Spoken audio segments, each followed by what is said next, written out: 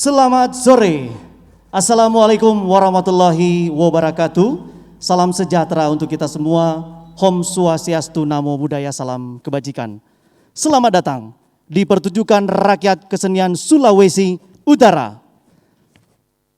Bapak Ibu hadirin dan juga Anda yang menyaksikan secara live streaming, sebelum acara ini dilanjutkan perlu kami informasikan bahwa semua yang hadir di ruangan ini, bahkan pengisi acara dan kru serta para narasumber sudah melakukan rapid test dan menjalankan protokol kesehatan COVID-19. Acara ini diselenggarakan oleh Komite Penanganan COVID-19 dan Pemulihan Ekonomi Nasional atau disingkat KPCPEN. KPCPEN terbentuk lewat Peraturan Presiden nomor 82 tahun 2020. KPCPEN memiliki 3 prioritas. Yang pertama, Indonesia sehat, yaitu rakyat aman dari COVID-19 dan reformasi layanan kesehatan. Kedua, Indonesia bekerja, yaitu pemberdayaan dan percepatan serta penyerapan tenaga kerja. Yang ketiga, Indonesia tumbuh, yaitu pemulihan dan transformasi ekonomi nasional. KPCPEN menggelar serangkaian pertunjukan virtual kesenian tradisional untuk menyampaikan berbagai informasi guna membangun pemahaman yang benar, kepercayaan pada upaya penanganan COVID-19 dan pemulihan ekonomi nasional, serta mengajak partisipasi publik untuk bersama-sama kita mewujudkan kesehatan pulih, ekonomi bangkit. Hadirin dan juga Anda yang menyaksikan melalui live streaming, kami akan mempersembahkan yang terbaik untuk Anda di sore hari ini. Kita akan menyaksikan tarian yang menjadi kebanggaan masyarakat Sulawesi Utara. Tarian ini merupakan tarian keprajuritan tradisional Minahasa yang diangkat dari kata wasal yang berarti ayam jantan yang dipotong jenggernya agar sang ayam menjadi lebih garang dalam bertarung. Kami ajak Anda semua menyaksikan, inilah tarian Kabasaran.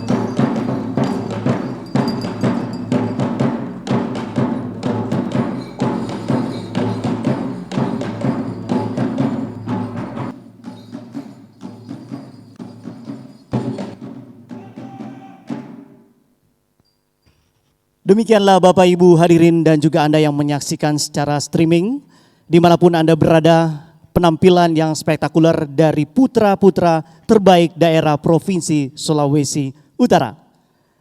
Hadirin yang berbahagia, selanjutnya kita akan menyaksikan satu lagi tarian perjuangan masyarakat Sulawesi Utara yang berceritakan tentang nelayan yang mencari ikan di laut dengan menggunakan alat pancing tradisional tanpa harus merusak terumbu karang. Seperti apa?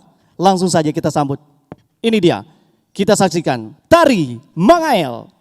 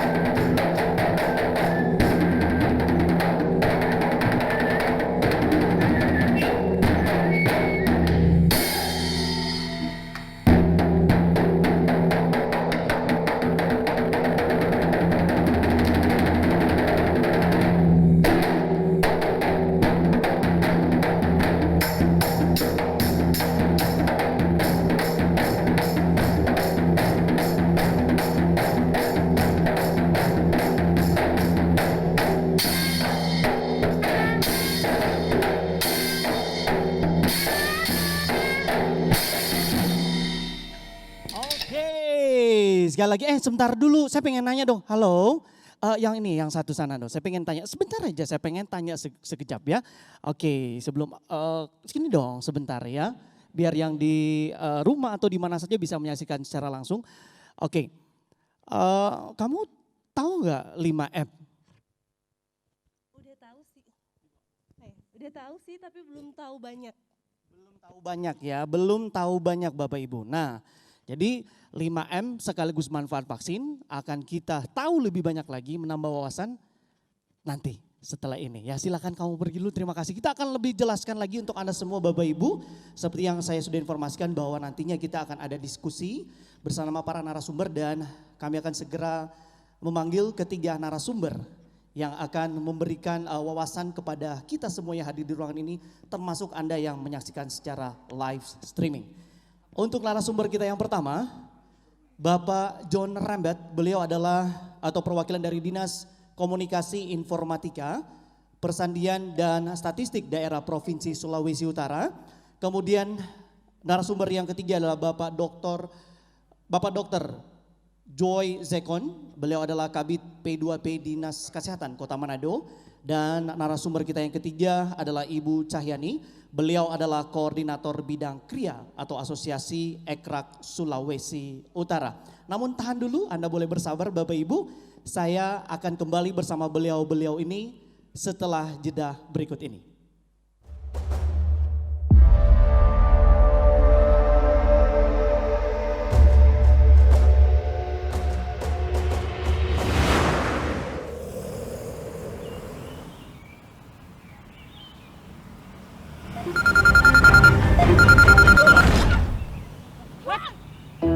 Ibu harus tahu saat beraktivitas di luar rumah harus menggunakan masker dan diiringi dengan kebiasaan hidup bersih agar memutus rantai penyebaran COVID-19.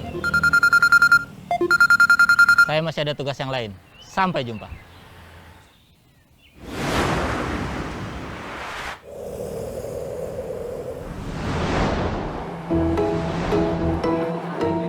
Kamu cantik, kamu lebih cantik kalau pakai masker.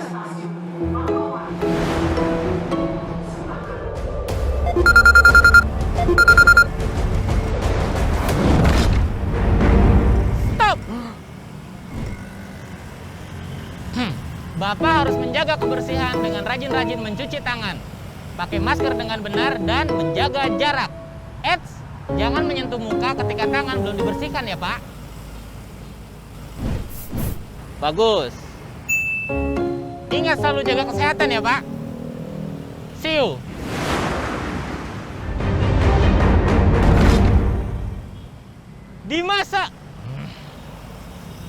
Di masa adaptasi kebiasaan baru ini, bukan berarti COVID-19 telah hilang dan tidak lagi jadi ancaman.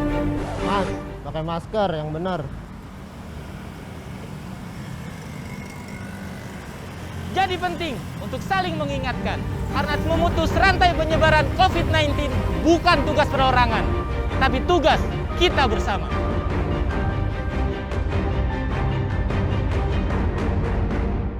Baik Bapak Ibu, kembali lagi bersama kami. Seperti yang sudah kami janjikan, inilah ketiga narasumber yang sudah hadir.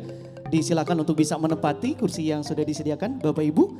Ya, kita punya narasumber kita untuk sore hari ini ada Bapak John Rembet, kemudian Dr. Joy Zekon, serta Ibu Cahyani. Silakan duduk Bapak Ibu. Nah, Anda yang berada di rumah atau Anda yang berada di mana saja menyaksikan secara live streaming, ya, dan bahkan Anda yang berada di ruangan ini akan adalah sesi di mana kita akan menambah pengetahuan kita.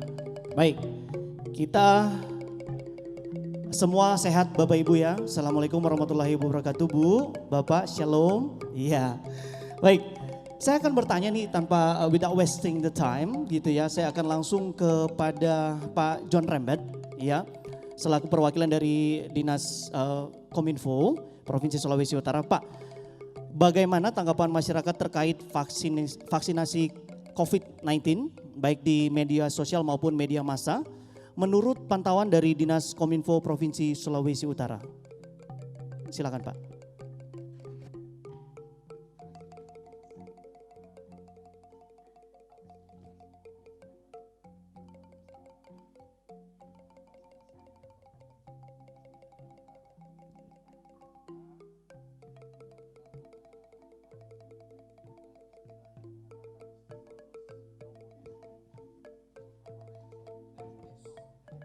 Izin Pak John, izin ya. Kita tahu bersama, kita kenal dengan istilah solus populi suprema lex exto, bahwa keselamatan rakyat adalah hukum yang paling tertinggi. Nah, vaksinasi ini adalah kewajiban konstitusi daripada negara untuk bagaimana menyehatkan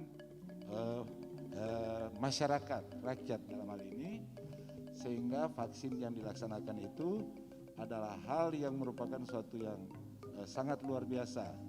Dan kita lihat ternyata masyarakat kita sangat senang, sangat setuju sekali mengenai vaksinasi ini. Mereka dengan sukarela datang bersama-sama untuk melaksanakan vaksinasi. Ada beberapa titik yang kami laksanakan di Sulawesi Utara, masyarakat datang dengan sukarela, tidak dipaksakan, karena mereka menyadari bahwa kesehatan adalah hal yang merupakan utama. Terima kasih.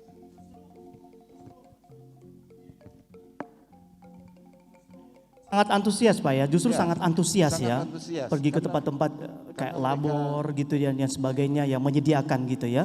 Ya, Kurang lebih. masyarakat sangat antusias karena mereka ingin sehat, dan bahwa ini mereka menyadari ini merupakan tugas daripada negara. Bagaimana keselamatan rakyat adalah hukum yang tertinggi, itu kewajiban konstitusi dari negara. Betul, oke. Nah Pak, kalau Bapak bagaimana melihat dari hoaks yang beredar di masyarakat terkait vaksin, khususnya di Sulawesi Utara, orang takut nih Pak, kadang-kadang, wah saya nggak mau vaksin nih, udah buka bikin status di Facebook atau di Instagram, nah gitu. Kalau menurut pandangan dari Pak John? Ada juga yang seperti itu, tapi sebenarnya kami dari pemerintah Sulawesi Utara sudah mensosialisasikan lebih dulu mengenai pentingnya daripada vaksin itu sendiri. Itu kami siarkan melalui apakah melalui media sosial yang ada pada kami, dan kami juga mentransfer sosialisasi yang dilakukan oleh Kominfo mengenai pentingnya daripada vaksinasi ini. Orang Sulawesi Utara tidak takut Pak dengan vaksin. Buktinya banyak sekali yang berduyun-duyun, malah ada yang telepon kita, Pak bagaimana, kapan saya mau mau cari di mana Pak? Wah ternyata banyak sekali yang antusias sekali untuk melaksanakan vaksinasi. Oke. Ya. Nah satu lagi nih Pak pertanyaan ini, banyak yang nanya kenapa sih saya harus benar-benar ikut yang namanya vaksin, ada yang takut, iya Pak, apakah nanti ada efeknya ke depannya Pak, gitu ya. Terus nih apa yang dilakukan oleh pemerintah provinsi dalam mengatasi hoaks nih, saya potong dulu yang tadi, mengatasi hoaks vaksinasi, ya langkah-langkah apa aja Pak. Nah terus kemudian media yang bisa diakses oleh masyarakat yang ada di Provinsi Sulawesi Utara nih Pak. Ya, jadi seperti yang saya sampaikan tadi, jauh-jauh hari sebelumnya kami sudah melaksanakan sosialisasi kan, melalui media-media sosial resmi pemerintah. Ada sulutprof.go.id, kemudian kita sudah ada, kita melakukan edukasi, informasi mengenai COVID ini dapat ditemukan di coronasulutprof.go.id. Kita bekerja sama, kita sudah ada tim dengan Dinas Kesehatan. Kemudian itu literasi kami berikan, itu semuanya melalui media sosial.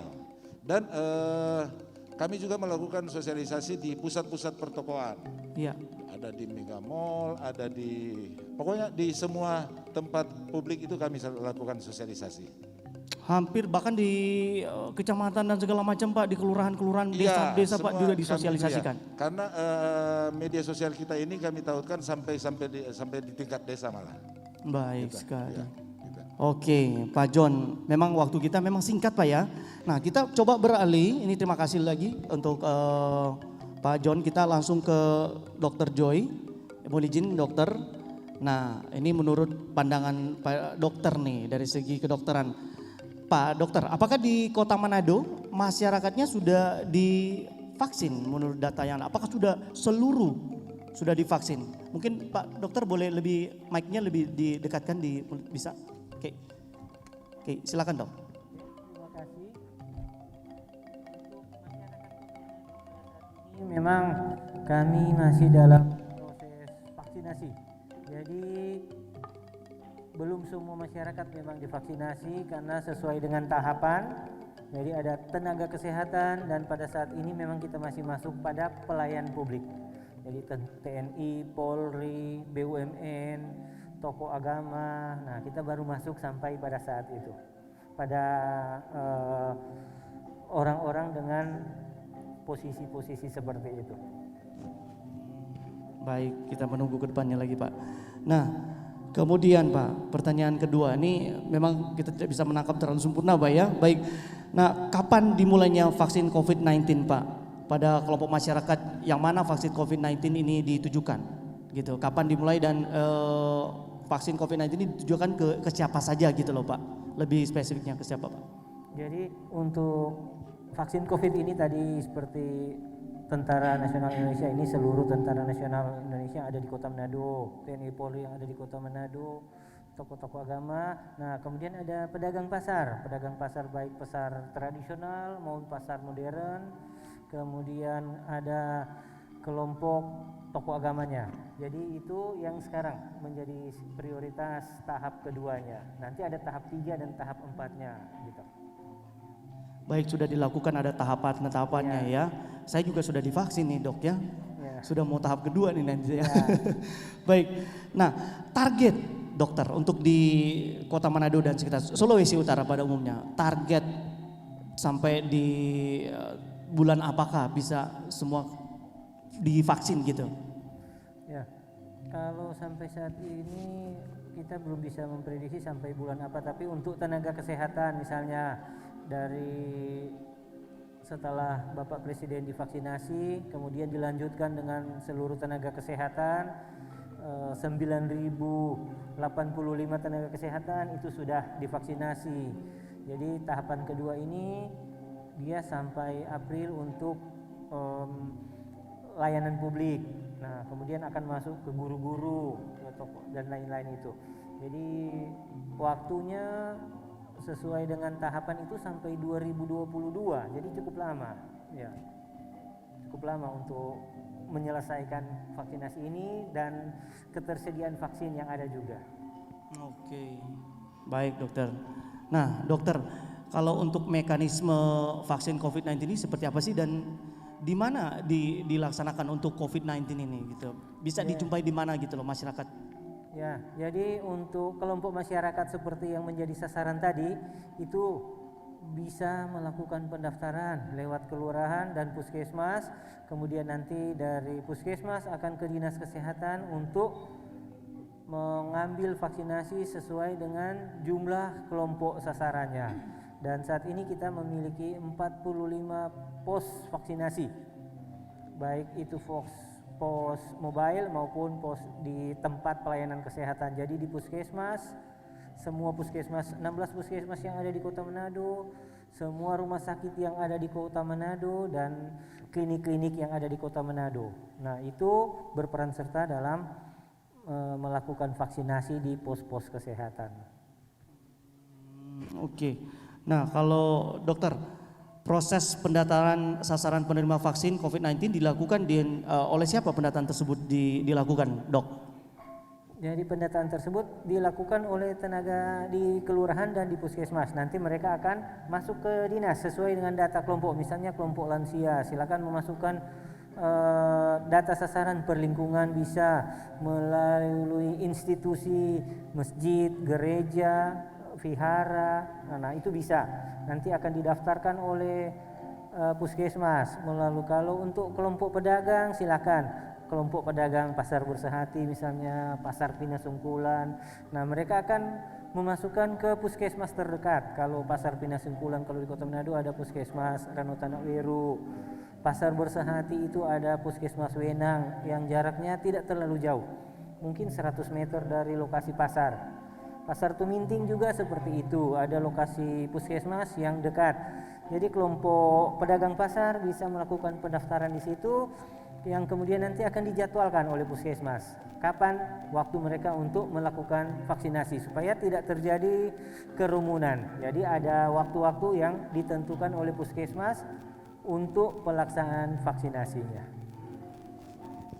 Berarti dari Dinkes Kota Manado sendiri sudah punya data itu, Dok ya? Ya, kita Sudah sudah ya? punya data. Ya. Nah, bagaimana yang belum terdata? Apakah mereka harus mendaftar di mana, pergi berkunjung kemana, Dok? Ya, jadi kalau saat ini memang yang terdata di kita, yang baru sudah masuk itu tadi sudah ada, yang belum terjadwal itu sudah masuk 12.000. Nanti akan dijadwalkan karena kalau kita jadwalkan sekalian kan akan terjadi penumpukan massa. Jadi setiap hari dijadwalkan sesuai dengan pos pelayanan vaksinasi yang ada. Itu. Jadi yang belum mendaftar jadi bisa mendaftar ke puskesmas langsung untuk nanti akan diberikan jadwal kapan pelaksanaan vaksinasinya. Ya, mungkin seperti itu. Baik dokter, terima kasih. Ini luar biasa. Jadi untuk Anda Bapak Ibu yang ada di ruangan ini maupun Anda yang menyaksikan secara live streaming, itu beberapa informasi yang bisa diketahui ya. Mudah-mudahan adanya informasi dari beliau berdua sebelum nanti kita ke dari segi pandangan yang berbeda gitu ya.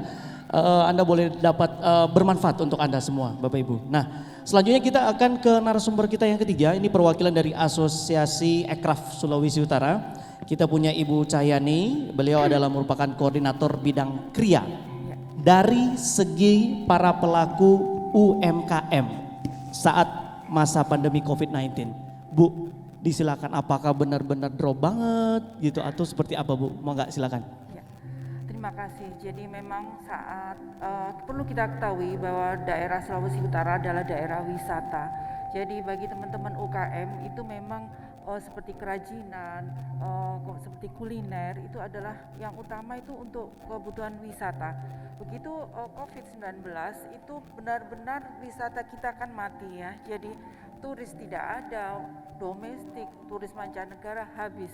Jadi disitulah awal Maret titik mulai turunnya sampai 90% omset. Jadi luar biasa memang.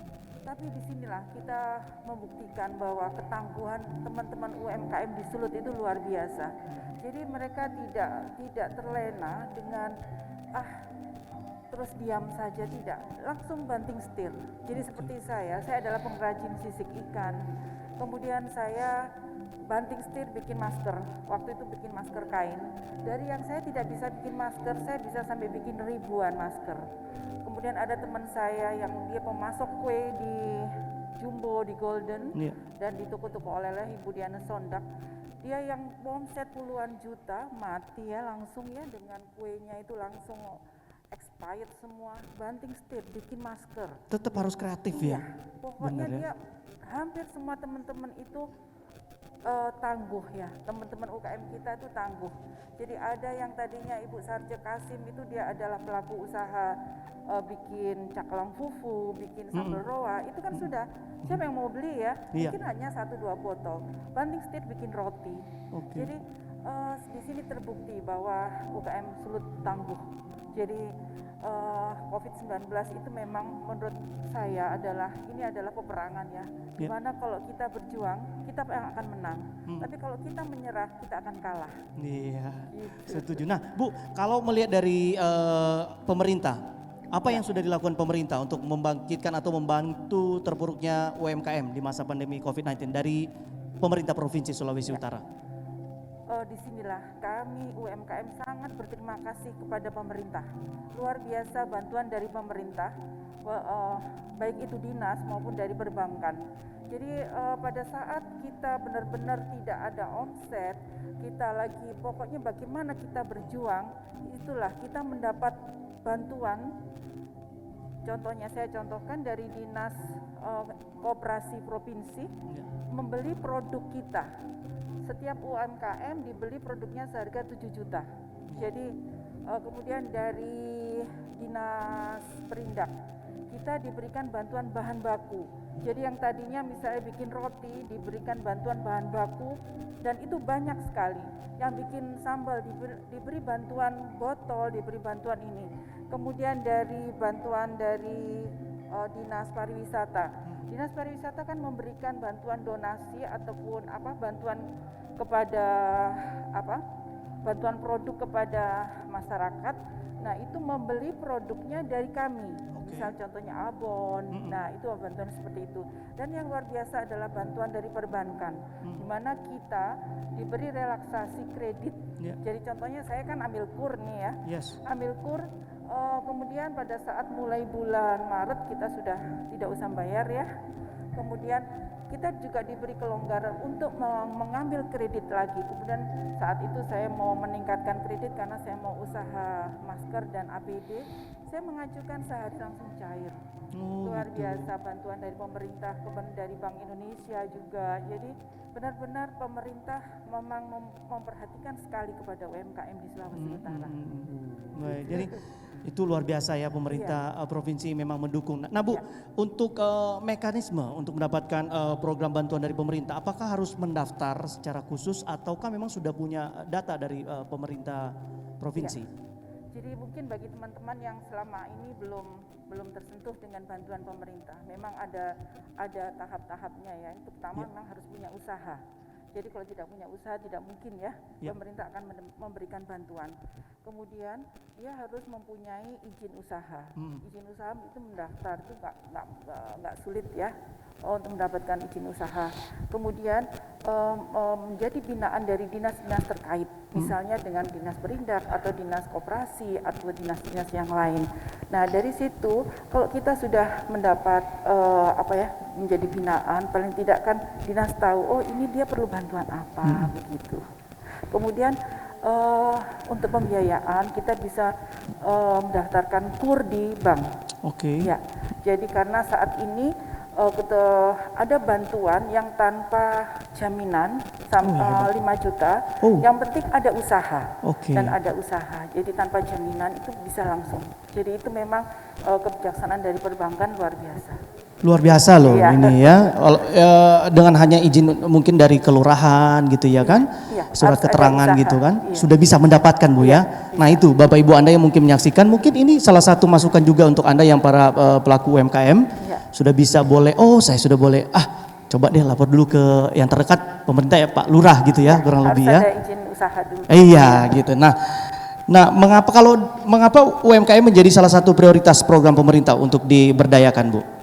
UMKM adalah ujung tombak dari perekonomian nasional karena mampu menyerap tenaga kerja itu sampai 11,7 juta tenaga kerja. Jadi UMKM menjadi andalan dalam percepatan perekonomian ekonomi nasional. Ya, jadi disinilah dalam masa pandemi UMKM itu memiliki keunggulan yang lebih dibandingkan dengan perusahaan-perusahaan besar. Ya, lebih mudah mereka beralih ya dari offline langsung menjadi online. Ya, jadi disinilah sebagian untuk meningkatkan omset juga UMKM lebih cepat gitu ya. Jadi disinilah saya berharap juga pemerintah semakin fokus untuk lebih lagi meningkatkan lagi perhatiannya kepada UMKM karena UMKM adalah ujung tombak perekonomian nasional. Betul sekali. Makanya program dari Bapak Presiden Bun ya selalu mengatakan UMKM di mana-mana beliau datang dikunjungi kunjungan kerja tetap mengutamakan UMKM ya. Mudah-mudahan didengarkan Bu ya saat ini ya. Fokus lagi. Terima kasih. Iya, baik Bapak Ibu dan juga hadirin serta Anda yang menonton secara live streaming. Nah, sebelum kita akhiri diskusi ini, saya perlu closing statement dari ketiga narasumber kita. Yang mungkin kita mulai dari Pak John Rembet ya Pak John. Silakan Pak. Ya, tadi barangkali ini ada koneksi. Boleh. Tadi dengan Ibu, tadi bahwa Sulawesi Utara tadi sudah dikukuhkan tim percepatan perluasan digital. Nah ini tujuannya untuk kembali menggerakkan perekonomian bangsa. Dalam arti semua transaksi nanti itu disarankan menggunakan digital. Nah, oleh karena itu melalui vaksinasi dan protokol kesehatan 3M ini, mari kita hentikan penularan, pulihkan kesehatan, dan kita lakukan transformasi pelayanan publik melalui digital untuk membangkitkan ekonomi. Terima kasih. Luar biasa sekali lagi. Terima kasih Pak John Rembet ya. Nah, ke narasumber kita selanjutnya Pak Dr. Joy. Silakan dengan closing statement Pak. Ya, terima kasih. Kalau kami dari Dinas Kesehatan ya menghimbau seluruh masyarakat, terutama masyarakat Kota Manado mari kita melakukan vaksinasi untuk mengurangi penularan penyakit COVID-19 dan memutuskan mata rantai penularan sehingga aktivitas kita terutama dalam sosial dan ekonomi itu bisa berjalan kembali normal. Amin. Baik. Tepuk tangan sekali lagi dong Bapak Ibu yang semuanya hadir. Terima kasih sekali lagi untuk ketiga narasumber kita yang sudah memberikan informasi, juga selain kami yang ada di ruangan ini, Bapak Ibu yang ada saat ini menyaksikan melalui live streaming juga bisa menambah wawasan Anda semua. Baik Bapak Ibu, kami akan kembali untuk Anda semua setelah jeda berikut ini. Iya, jadi ya berarti kumpulnya. Oke, bye. Kok jadi ngumpul sih Bu? Kan masih COVID. Ih, cuma kita-kita aja, kan masih keluarga. Kumpul keluarga sih kumpul keluarga. Jangan sampai ngumpul virusnya. Bu, aku pergi ya. Teman-teman udah pada nunggu nih. Yakin mau pergi? Nongkrongnya si asik, jangan sampai pulangi bawa penyakit. Pak, Iya sayang. jangan sampai bawa pulang virusnya ya. Iya sayang. Pulang jam berapa, Nak? Kok maskernya nggak dipakai? Iya, ini aku lagi makan-makan sama temen. Hati-hati ya, kamu yang abai, jangan sampai ibu yang menuai. Waspadai klaster penyebaran COVID-19 di lingkungan terdekat. Selalu pakai masker, jaga jarak, cuci tangan pakai sabun, dan siap divaksinasi. Kesehatan pulih, ekonomi bangkit.